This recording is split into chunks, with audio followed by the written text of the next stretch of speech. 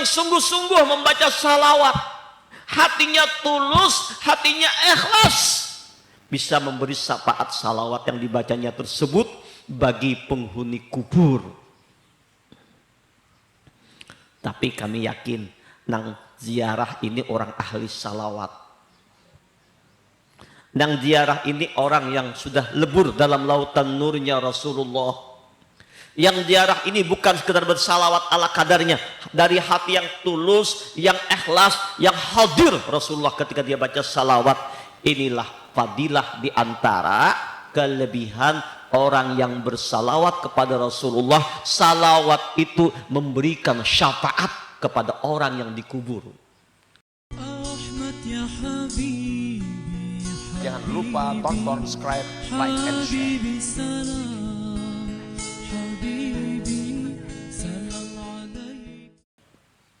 Allah ingin menjadikan kita mendapatkan kado terindah dari Allah. Asalnya kita tidak ada dan kita tidak meminta diadakan, tapi dengan kehendak Allah kita diadakan oleh Allah. Allah beri kita kesehatan, diberi makan, minum, semuanya ini anugerah Allah. Tapi ada anugerah yang terbesar, anugerah yang teragung yang Allah ingin hadiahkan kepada kita, berupa ampunan dari dosa, berupa diangkat derajat, berupa diberikan pahala yang berlipat-lipat, berupa salawat Allah, salawat malaikat, berupa kumpulnya kita dengan Rasulullah dunia, lebih-lebih di akhirat. Inilah anugerah terbesar. Anugerah terbesar ini akan kita dapatkan kado dari Allah ini dengan wasilah kita memperbanyak bersalawat kepada baginda Muhammad Rasulullah sallallahu alaihi wasallam. Suatu hari seorang wanita datang menemui Syekh Hasan Al-Basri rahimahullah.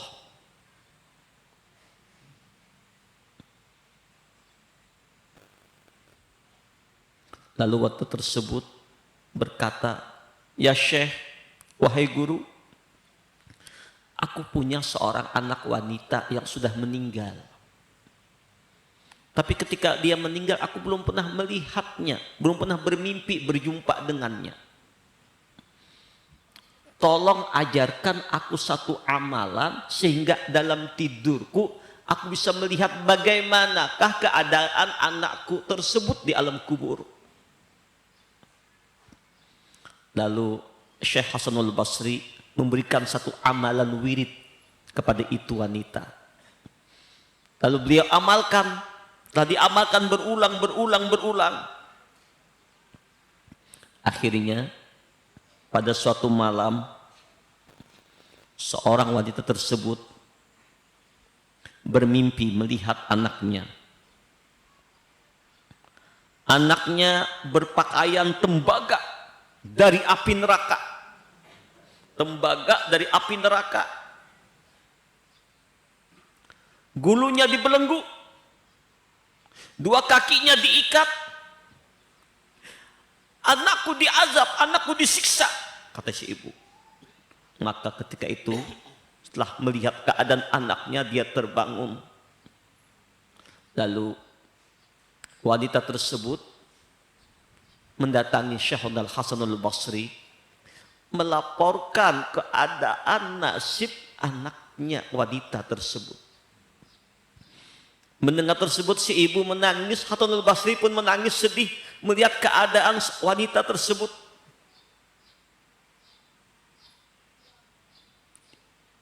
Beberapa lama kemudian Syekh Hasanul Basri bermimpi, mimpi orang soleh ini 1/40 dari kenabian.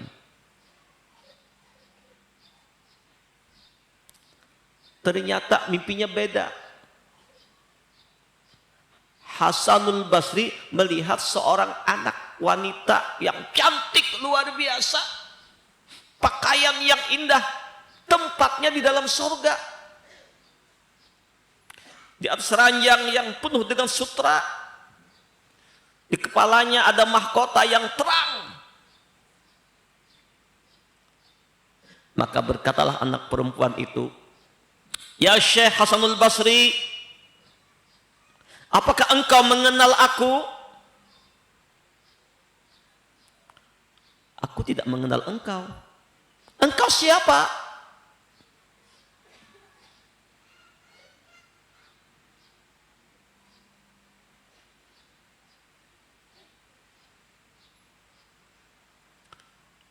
Anak wanita tersebut berkata, "Aku adalah anak perempuan yang datang kepadamu, yang meminta amalan kepadamu untuk melihat aku, yang aku dilihat oleh ibuku berada di dalam neraka, pakaian tembaga, tanganku diikat, kakiku diikat, leherku terbelenggu.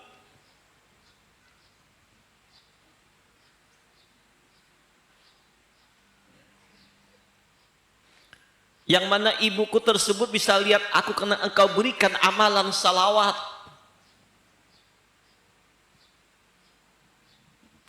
Lalu mendengar keterangan itu, Syekh Hasanul Basri bertanya,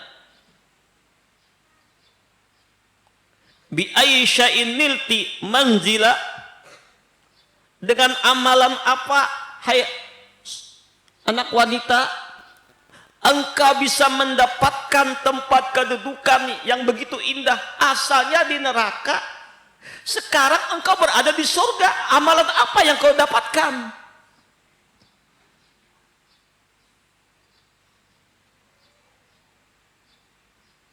Anak perempuan tersebut berkata, "Wahai Syekh Hasanul Basri, pada suatu hari ada seorang laki-laki, lalu laki tersebut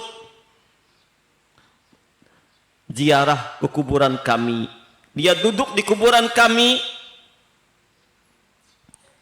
dia membaca salawat kepada Nabi Muhammad sallallahu alaihi wasallam dengan sungguh, dengan khusyuk, dengan tulus di makam di kuburan kami. Kemudian laki-laki tersebut menghadiahkan bacaan salawat itu pahalanya kepada kami yang ada di kubur umum. Semua yang kami di kubur dihadiahkannya. Jadi kada tunggal ikut untuk syiah, kada dihadiahkannya pahala bacaan salawat tadi untuk seluruh kami yang ada di alkah pekuburan tersebut. Kami berjumlah 550 orang.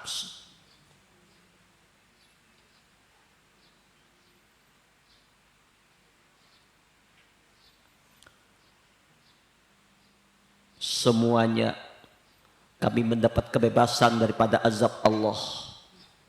Kami mendapat raudah min riyadil jannah, taman-taman surga, disebabkan salawat yang dihadiahkan oleh orang yang datang ziarah ke kubur kami.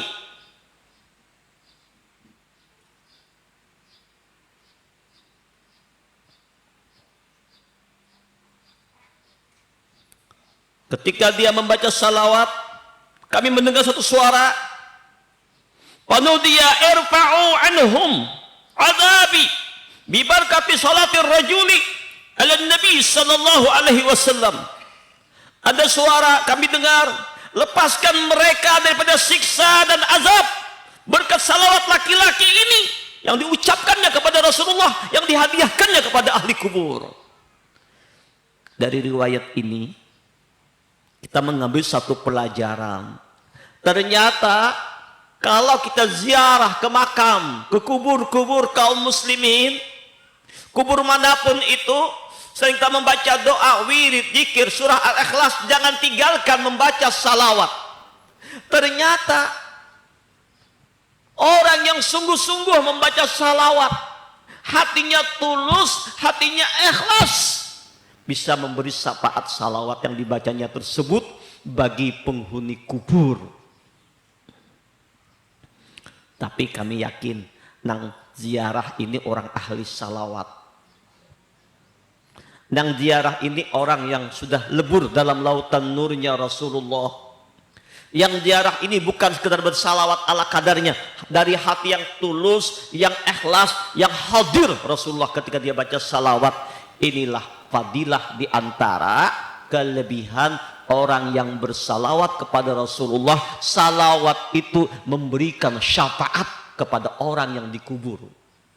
Orang yang dikubur saja yang ahli maksiat, berkat salawat yang dibaca seorang laki-laki yang hati tulus, dibebaskan dari siksa kuburnya. Bagaimanakah yang membaca itu salawat?